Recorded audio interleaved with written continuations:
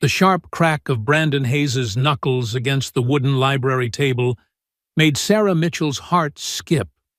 She didn't look up from the essay she was grading, but her hand tightened around the red pen. The smell of old books mixed with his expensive cologne, a scent that had become a warning signal over the past 2 weeks. "Miss Mitchell." His voice was low, controlled, dangerous. "We need to talk." Sarah forced herself to meet his gaze. At 17. Brandon stood 6'3", 220 pounds of muscle earned through years of football training. His Lincoln High Letterman jacket stretched across shoulders that had bulldozed through defensive lines since freshman year. But it wasn't his size that made her pulse quicken, it was the cold calculation in his blue eyes. If you're feeling that rush of what's going to happen next, hit that like button. It really helps more people discover these stories. And if you want to share where you're watching from, drop it in the comments below. For those who want to support more stories like this one, there's a thanks button right under this video. Every contribution, no matter how small, helps me bring you more inspiring tales of courage and standing up for what's right. Thank you for being here. Now, let's see what happens when push comes to shove. Office hours are Monday through Thursday. Brandon. She kept her voice steady, professional. You can schedule. His palm slammed down on her stack of papers, essays scattered across the table like startled birds. I said now. The library was empty except for Ashley Thompson, the librarian, shelving books 3 aisles away. Sarah could hear the squeaky wheel of her cart, growing fainter. They were alone in the study corner, surrounded by towering shelves that blocked them from view. Sarah stood slowly, smoothing her pencil skirt. At 5'4", she had to tilt her head back to look at him.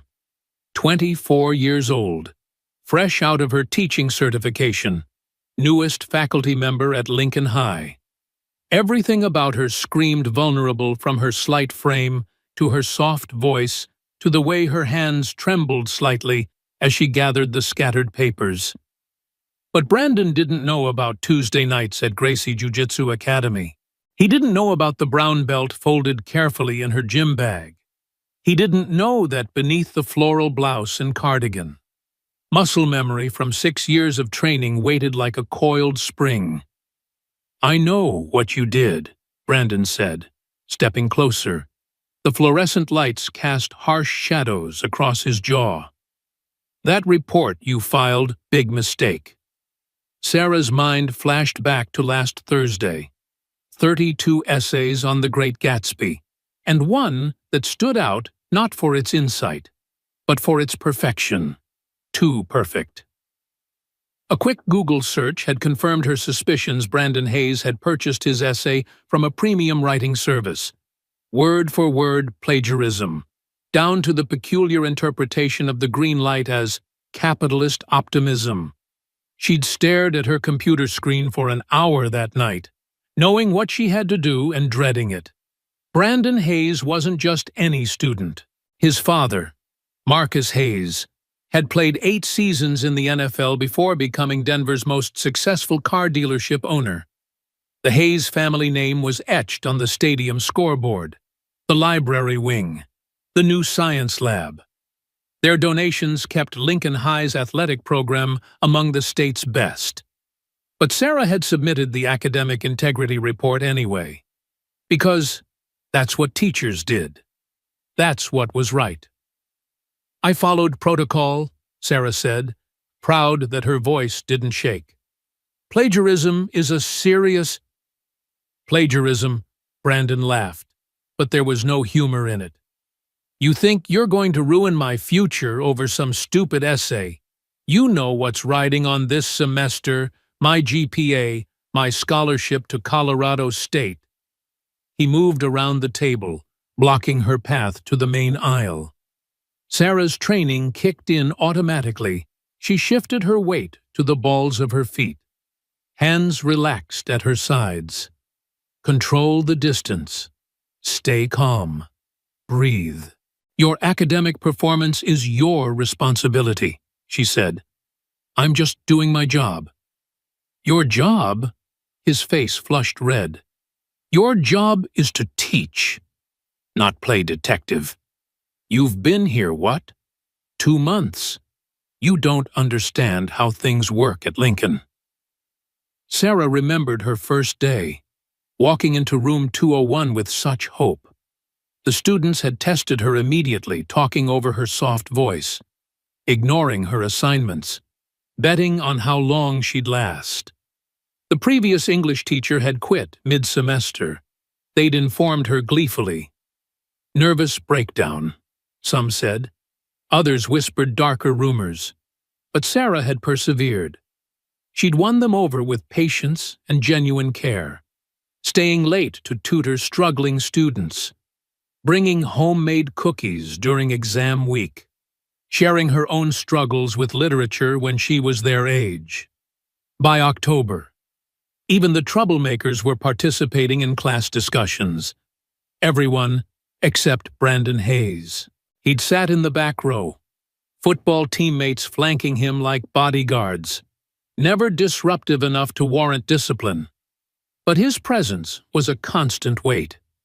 The way he'd stare at her during lectures, the way other students would glance at him before answering questions, as if seeking permission, the way conversations died when he entered a room. I understand perfectly, Sarah said now, surprising herself with the steel in her voice. You thought you could cheat and get away with it. You were wrong. Brandon's jaw clenched. For a moment, the mask slipped, and she saw something raw and ugly beneath the all-American athlete facade. You have no idea who you're messing with. My father? Your father doesn't control my grade book. The words hung in the air between them like a challenge. Brandon's hands curled into fists at his sides. Sarah watched his shoulders tense, recognizing the signs of escalating aggression. In BJJ, they called it telegraphing the subtle shifts that preceded an attack. Ashley's cart squeaked somewhere in the distance, too far away. You're going to regret this, Brandon said, his voice dropping to almost a whisper. I promise you that. He turned and walked away, each footstep deliberate and heavy. Sarah didn't move until she heard the library doors close behind him. Then her knees gave out, and she sank into the chair, hands shaking as the adrenaline hit. She'd stood up to him. She'd won this round.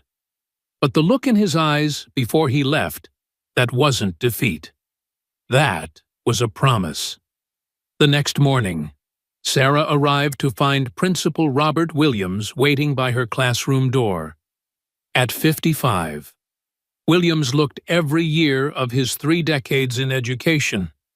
His gray suit was impeccable, but dark circles under his eyes suggested a sleepless night. Sarah, could we talk in my office? Her stomach dropped. The hallway was filling with students, and she caught several watching them with interest. News traveled fast at Lincoln High. Williams's office smelled like coffee and old leather. Diplomas and awards covered one wall. Photos with distinguished alumni on another. Sarah had sat in this same chair during her job interview, full of enthusiasm and dreams about shaping young minds. I received a call from Marcus Hayes last night, Williams began, settling heavily into his chair. He's concerned about the plagiarism accusation. It's not an accusation, Sarah said. I have proof. The essay service website. The exact match. Williams held up a hand. I've reviewed your report. It's thorough. He paused, choosing his words carefully. But we need to consider the bigger picture here. The bigger picture. The Hayes family has been part of Lincoln High for generations. Marcus played here. His brothers. Now, Brandon. They've contributed So we ignore academic integrity for donors. The words came out sharper than she intended. Williams's face tightened. That's not what I'm saying. But perhaps there's room for interpretation. Brandon claims he used the website for research, not to copy. Maybe he didn't understand proper citation. He submitted someone else's work as his own, word for word. Sarah, Williams leaned forward, his voice paternal. You're new to teaching. Sometimes we need to pick our battles. Brandon's already facing enormous pressure: football, college applications, his father's expectations. One mistake shouldn't derail his future. Sarah thought about her own high school years in small-town Nebraska. She'd been the skinny girl with second-hand clothes and a love for books. The athletes had ruled her school too. Their transgressions forgiven. Their victims silenced. She'd promised herself that when she became a teacher, she'd be different. She'd be fair. What about my other students? She asked. The ones who write their own essays, who follow the rules. What message does it send if Brandon gets special treatment? William sighed. I'm not telling you what to do. I'm asking you to consider all factors before making this official. The Academic Integrity Board meets Friday. You have until then to reassess. Sarah left his office feeling hollow. In the hallway, students parted around her, whispers following in her wake. She caught fragments. Hayes is pissed. She's done for. Should have minded her own business. During third period, while discussing symbolism in Fitzgerald, she noticed the empty seat in the back row. Brandon's absence felt more ominous than his presence ever had. At lunch, Ashley Thompson found her in the teacher's lounge. The librarian was in her mid-30s, with kind eyes behind wire-rimmed glasses and an uncanny ability to appear when needed most. Rough morning. Ashley sat beside her, offering half a homemade sandwich. You could say that. Sarah picked at her salad, appetite gone. Brandon Hayes. It wasn't a question. Sarah looked up sharply. How did you... Honey, I've worked here 12 years. I've seen this play before. Ashley lowered her voice. Different actors, same script. Star athlete breaks rules. Teacher reports it. Pressure mounts. Teacher backs down, or... Ashley glanced around, ensuring they were alone. Rebecca Chen taught calculus. Caught Brandon's older brother Michael cheating 2 years ago. Stuck to her guns despite the pressure. Her car tires got slashed. Dead rat in her desk drawer. Anonymous calls at night. She lasted 2 weeks before requesting a transfer. Sarah's blood chilled. The administration didn't do anything. No proof linking it to the Hayes family. Security cameras conveniently malfunctioned. Witnesses suddenly couldn't remember details. Ashley touched Sarah's arm gently. I'm not saying you should back down. Just be careful. The Hayes boys don't handle rejection well. That afternoon, Sarah's creative writing elective felt different. Students who usually chatted before class sat silent, stealing glances at her. Madison Foster, student council president and one of her brightest students, lingered after dismissal. Miss Mitchell, Madison clutched her notebook, knuckles white. About Brandon. I can't discuss other students by grades, Madison. I know. The 17-year-old looked older suddenly, weighted by secrets. He's not going to let this go. He never does. And his friends, Kyle Anderson especially. They'll do anything he says. Madison, if you know about specific threats or... No. Madison stepped back quickly. I don't know anything. I'm just saying, maybe you should park closer to the building. And don't stay late alone. And maybe some battles aren't worth fighting. She fled before Sarah could respond. That evening, Sarah sat in her apartment, laptop open to the plagiarism report. One click would submit it to the Academic Integrity Board. One click would make it official, would start a process even Principal Williams couldn't stop. Her phone buzzed. Unknown number. Smart teachers know when to be flexible. Dumb ones learn the hard way. No signature, but she didn't need one. Sarah stared at the message. Anger building. They thought they could intimidate her. They thought she was weak because she was young, female, new. She hit submit on the report. The next morning, Wednesday. Sarah found her assigned parking spot occupied by a massive black pickup truck. Brandon's truck. She had to park in the visitor section. A 10-minute walk from the building in freezing November air. Small intimidation tactics. She could handle it. But, throughout the day, the pressure mounted. Students whispered conversations that died when she appeared. Teachers gave her sympathetic looks, but kept their distance. Even the cafeteria workers seemed to avoid eye contact. During her free period, she found a note slipped under her classroom door. "You can still fix this. Last chance." Sarah crumpled it and threw it in the trash. She had 2 more days until the academic board meeting. 2 more days to stand firm. After school, she headed to the library to gather more evidence for her case. The setting sun cast long shadows through the tall windows, and the usual after-school crowd was absent. Even Ashley was nowhere to be seen. Sarah made her way to the computer section, planning to screenshot the plagiarism website before it potentially disappeared. She'd learned to document everything, a habit born from years of training in precise technique.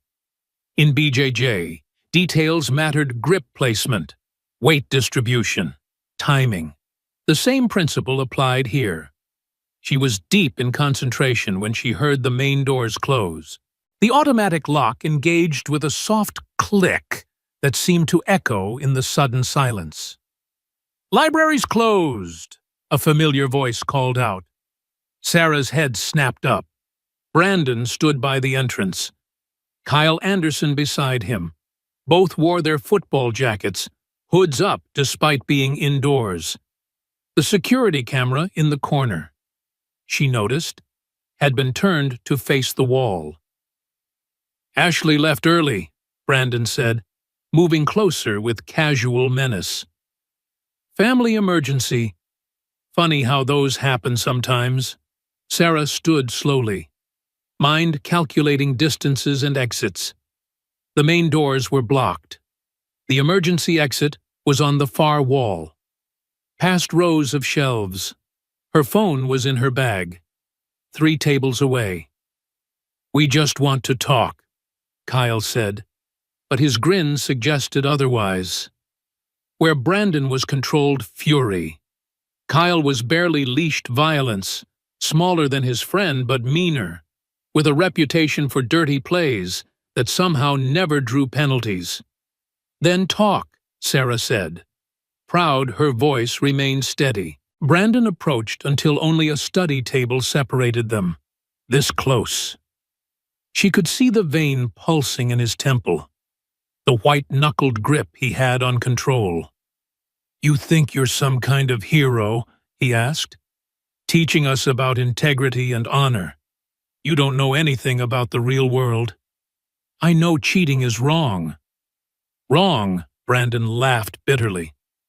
"My father built an empire from nothing. You know how?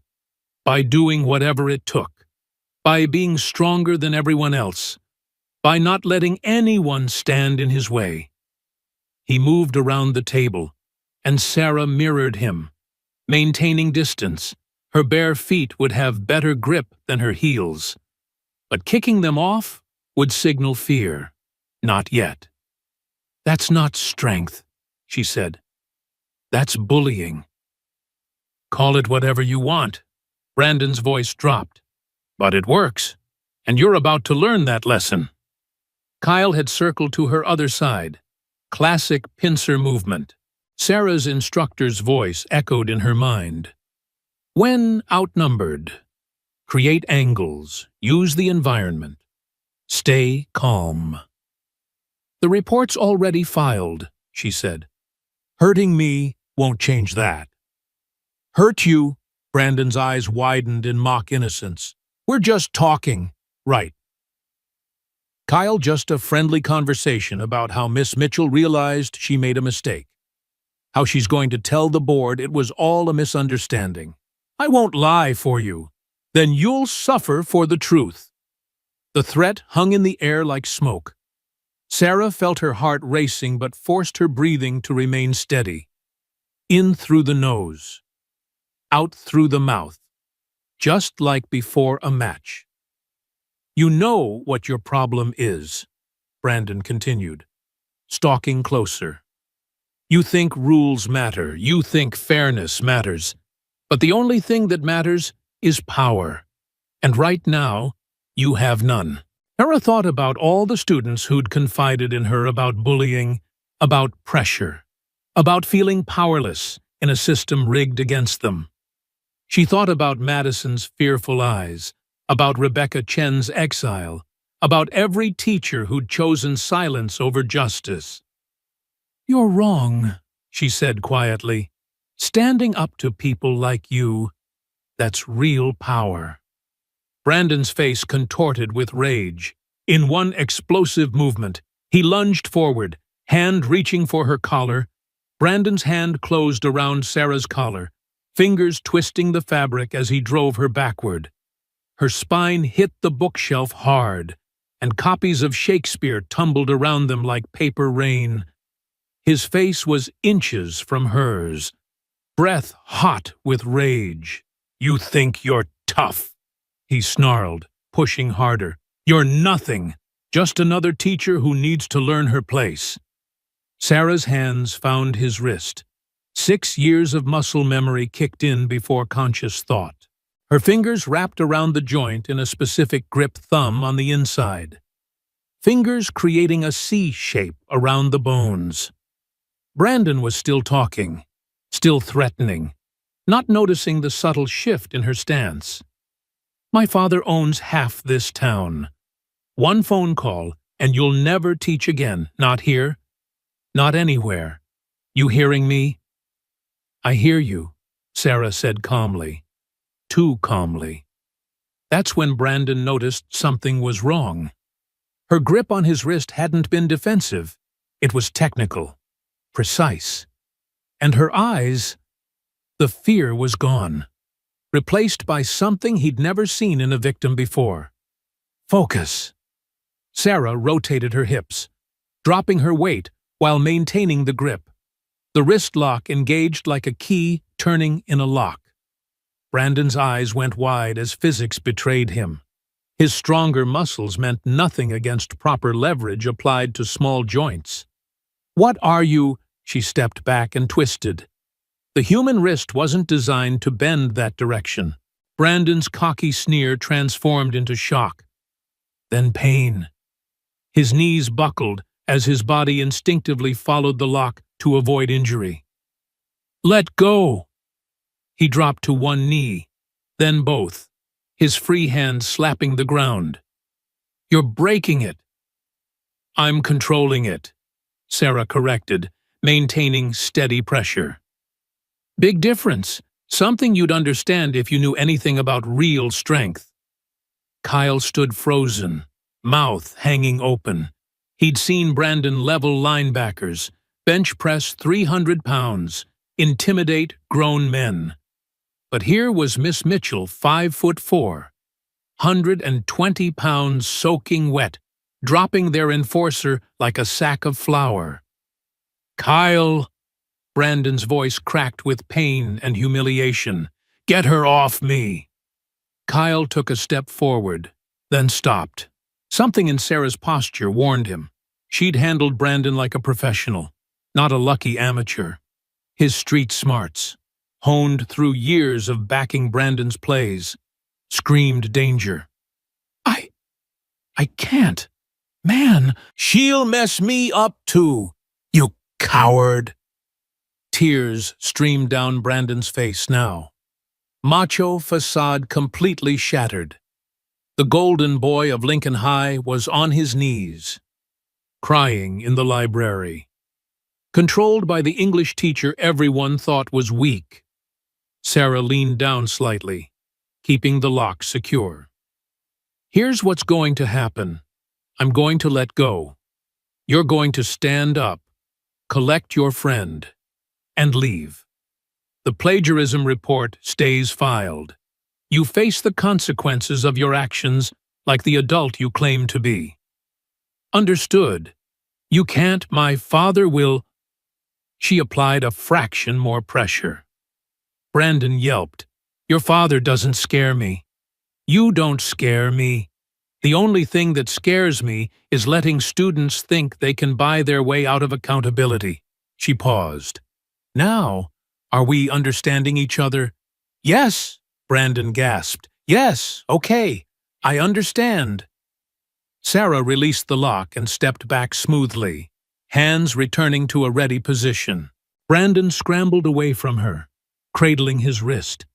The rage in his eyes had been replaced by something else, fear mixed with disbelief.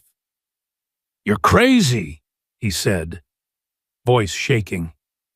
You're absolutely insane. No, Sarah said. I'm a brown belt in Brazilian Jiu-Jitsu. Tuesday nights at Gracie Academy. If you ever want to learn what real strength looks like. First lessons free. Brandon struggled to his feet, face flushed with humiliation. Kyle rushed to help him, both of them backing toward the door like Sarah was a live grenade. This isn't over, Brandon said, trying to salvage some dignity. You just assaulted a student. There's no cameras, but we'll tell everyone. You'll be fired, arrested. Self-defense, a new voice said from behind the stacks. Ashley Thompson emerged, smartphone in hand. Got the whole thing on video. Hi, boys. Brandon's face went white. You can't record without permission. Public space, school property, and I'm head librarian, Ashley said cheerfully. I have every right to document incidents in my library, especially when they involve students attempting to physically intimidate faculty members. We were just talking, Kyle protested weakly. Ashley turned her phone screen toward them. On it, crystal clear, was Brandon grabbing Sarah's collar, slamming her into the bookshelf, threatening her. Then the reversal. Sarah's controlled technique. Brandon on his knees, crying. Funny how just talking looks a lot like assault, Ashley said. Now, I believe Miss Mitchell suggested you leave. Excellent advice. Brandon and Kyle fled, the library doors banging shut behind them. In the sudden silence, Sarah felt her legs shaking. The adrenaline crash hit hard, and she sank into a chair. Ashley sat beside her, putting a gentle hand on her shoulder. That was the most beautiful thing I've ever seen in 20 years of education. Where on earth did you learn that? Lincoln, Nebraska, Sarah said, managing a weak smile. Smallest girl in school, biggest target for bullies. My dad enrolled me in BJJ when I was 18, said if I was going to change the world through teaching, I better know how to protect myself first. Smart man. Ashley pulled up the video again. This is already backed up to 3 different clouds. By the way, that little sociopath isn't wiggling out of this one. He'll claim I used excessive force. His father will hire lawyers. Honey, you used the minimum force necessary to stop an assault. I've watched enough UFC with my husband to recognize perfect technique when I see it. You could have really hurt him, but you didn't. You controlled, de-escalated, and released. Textbook self-defense. Sarah's phone buzzed. Madison Foster, OMG, everyone's talking about it. Kyle posted that you're some kind of ninja. Are you okay? Then another, and another. Within minutes, her phone was lighting up with messages from students, teachers, even parents. The story was spreading through Lincoln High's social network like wildfire. But it was the message from an unknown number that made her pause. "You have no idea what you've started. The Hayes family doesn't forgive." Ashley read it over her shoulder. "Empty threats from a wounded ego. Come on, I'll walk you to your car. And tomorrow, we're both parking right by the front door. Security cameras everywhere." That night, Sarah sat in her apartment replaying the incident. Not with regret, but with analysis. Her technique had been solid. The wrist lock applied correctly. But she'd made enemies today. Powerful ones. Her phone rang. Principal Williams. "Sarah, I just got off a very difficult call with Marcus Hayes. He's threatening to sue the school. You personally, and demanding criminal charges for assault." "I was defending myself. There's video proof." "I'm aware. Ashley sent me the footage." Williams sighed heavily. "Sarah, this is becoming a circus. The school board is breathing down my neck. Parents are taking sides. Social media is exploding. Maybe it would be best if I resigned." Sarah felt steel in her spine. "Absolutely not." "I wasn't going to suggest that," Williams said, though his tone indicated otherwise. "But perhaps a temporary leave while this gets sorted out. I'll be in my classroom tomorrow morning, same as always. Brandon Hayes assaulted me, not the other way around. I won't hide like I did something wrong." The Hayes family has resources. Sarah, lawyers, connections. This could get very ugly. It already is ugly. That's exactly why I won't back down. After hanging up, Sarah made herself tea and opened her laptop. 17 emails from local media outlets requesting interviews. She ignored them all. This wasn't about fame or attention. It was about principle. Her BJJ instructor called next. Master Carlos, a 60-year-old Brazilian who'd trained since childhood. "Sarah, I saw the video. Your technique was perfect. I'm proud." "Thank you. Master Carlos, I just reacted." "No," he said firmly. "You responded with control and discipline. That boy is lucky you're one of my students. Others might have really hurt him. You teaching him lesson without damage. This is the way." The next morning, Thursday, Sarah arrived to find the parking lot buzzing with activity. News vans lined the street. Parents clustered in groups. Voices heated. Security guards, usually limited to one sleepy retiree, had tripled. Sarah parked in her newly assigned spot right next to the main entrance, under multiple cameras. Ashley's doing, no doubt, inside. The hallways felt electric. Students openly stared, some with admiration, others with uncertainty. At her classroom, a crowd had gathered. "Miss Mitchell?" A freshman girl pushed forward. "Is it true you're like a secret black belt?" "Brown belt," Sarah corrected. "And it was never a secret, just never relevant to teaching English before." "Can you teach us?" another student asked eagerly. "Self-defense. I mean, that's a conversation for administration. Right now, we have Hamlet to discuss." But focusing on Shakespeare proved impossible. Every class wanted to talk about what happened, about standing up to bullies, about power dynamics. Sarah found herself leading discussions on civil disobedience, personal integrity, and the difference between violence and self-defense. Brandon was absent, but his presence loomed large. Kyle Anderson sat sullen in the back, recording everything on his phone. Sarah let him. She had nothing to hide. At lunch, Madison Foster approached her privately. "Miss Mitchell, I need to tell you something about Brandon. about what he's done before. Sarah's blood chilled at Madison's revelations. 3 girls, 2 the previous year, 1 just last month. All had quietly transferred schools after incidents with Brandon. Always at parties, always with alcohol involved, always with family lawyers ensuring silence. Why didn't anyone report this? Madison's laugh was bitter.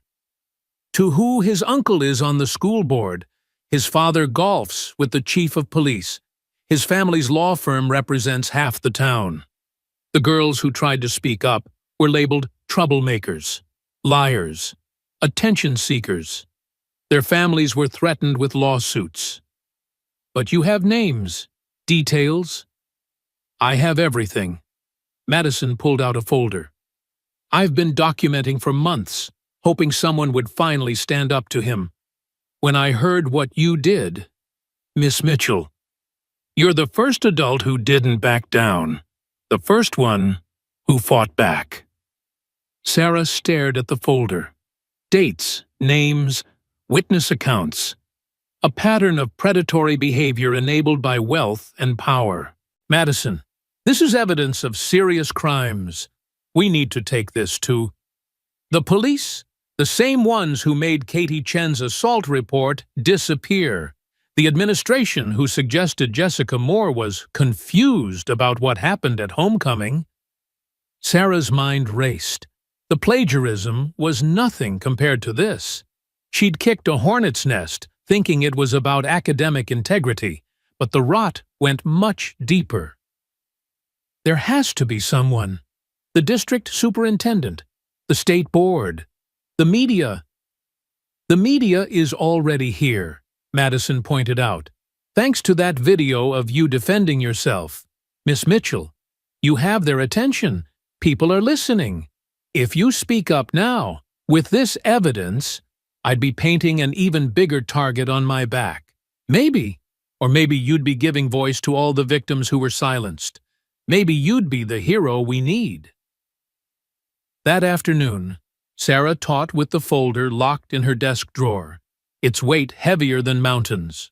During her free period, she found 17 missed calls from unknown numbers, 3 from lawyers representing the Hayes family, 2 from school board members, 1 from the district superintendent. She was starting to return calls when Ashley burst in. Sarah, we have a problem. Brandon's here with his father. They're in Williams's office demanding your immediate termination and arrest. Through the window, Sarah could see the black Bentley in the principal's reserved spot. Marcus Hayes had come to handle things personally. 20 minutes later, her classroom phone rang. Miss Mitchell, please report to the principal's office immediately. The walk felt like heading to execution. Students peered from doorways, whispers following her steps. In the main office, secretaries avoided eye contact. Principal Williams's door was closed, but she could hear raised voices inside. She knocked. Enter. The scene inside was a study in power dynamics. Marcus Hayes dominated the room despite being seated 6'5". Built like his NFL days, wearing a suit that cost more than Sarah's monthly salary. Brandon sat beside him, wrist in a brace, face arranged in practiced victimhood. Their lawyer, a sharp-faced woman with predator eyes, had documents spread across the desk. Miss Mitchell? Marcus Hayes stood, extending a hand she didn't take. I think we got off on the wrong foot. I'm sure we can resolve this like civilized people. Your son assaulted me, Sarah said simply. I defended myself. There's nothing to resolve. Marcus's friendly mask slipped for just a moment. My son is 17. You're an adult trained in combat sports. The disparity, Sarah interrupted, is that your son thought he could physically intimidate me because I'm smaller and female. He was wrong. She broke my wrist. Brandon interjected. Sprained, the lawyer corrected quietly. But the emotional trauma, Sarah almost laughed. From facing consequences for the first time in his life. Williams held up his hands. Please, everyone calm down. Marcus, I've reviewed the video. Brandon clearly initiated physical contact. Sarah's response was measured and appropriate. Appropriate, Marcus's voice dropped dangerously. She humiliated my son. Do you know what this is doing to his reputation, his football prospects, his future? Your son did that himself when he chose to assault a teacher. The lawyer leaned forward. Miss Mitchell, we're prepared to offer a solution. You submit a letter stating this was a misunderstanding. No charges are filed on either side, and we make a substantial donation to your chosen charity. Everyone wins. Except the truth, Sarah said. The truth. Marcus stood, towering over her. The truth is that this school runs on relationships, partnerships, understandings between reasonable people. You're new here. You don't understand how things work. I understand perfectly. You use money and influence to ensure your son never faces accountability. Well, I'm not for sale. Everything's for sale, Marcus said coldly. It's just a matter of currency. If not money, then perhaps job security references, future prospects.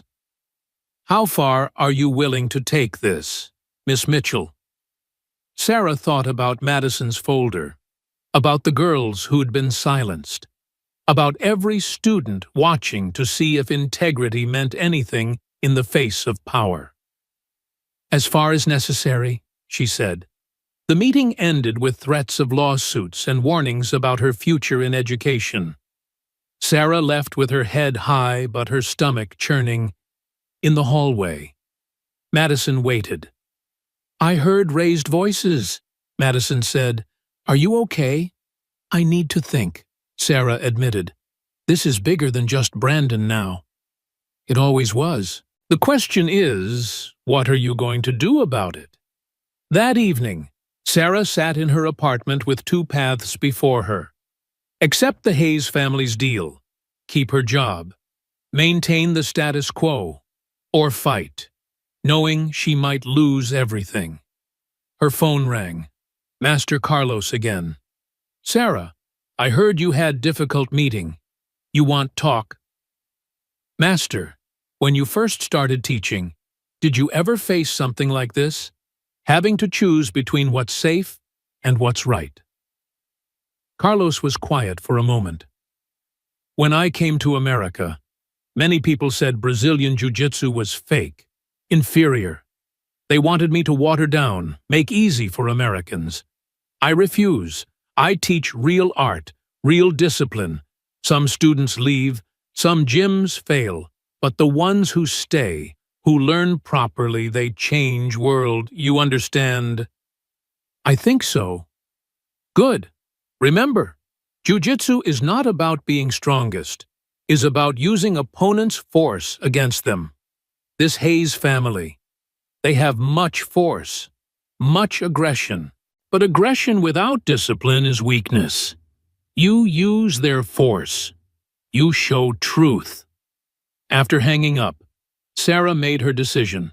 She opened her laptop and began typing. To the Lincoln High School community and school board. Friday morning, the Academic Integrity Board meeting was scheduled for 2 o'clock.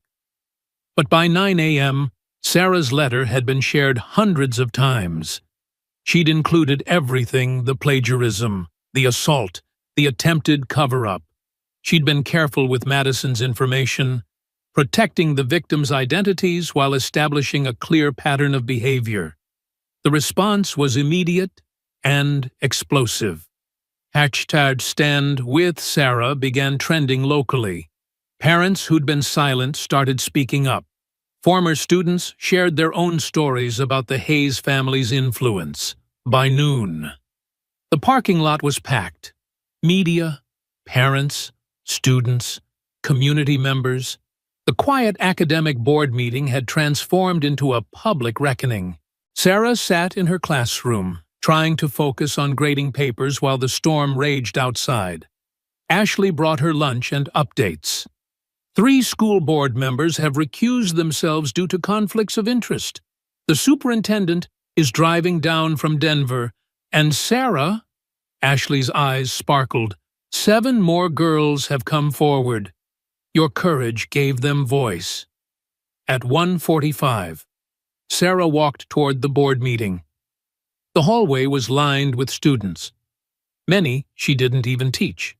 As she passed, they began to applaud, not the mocking, slow clap of movies, but genuine appreciation.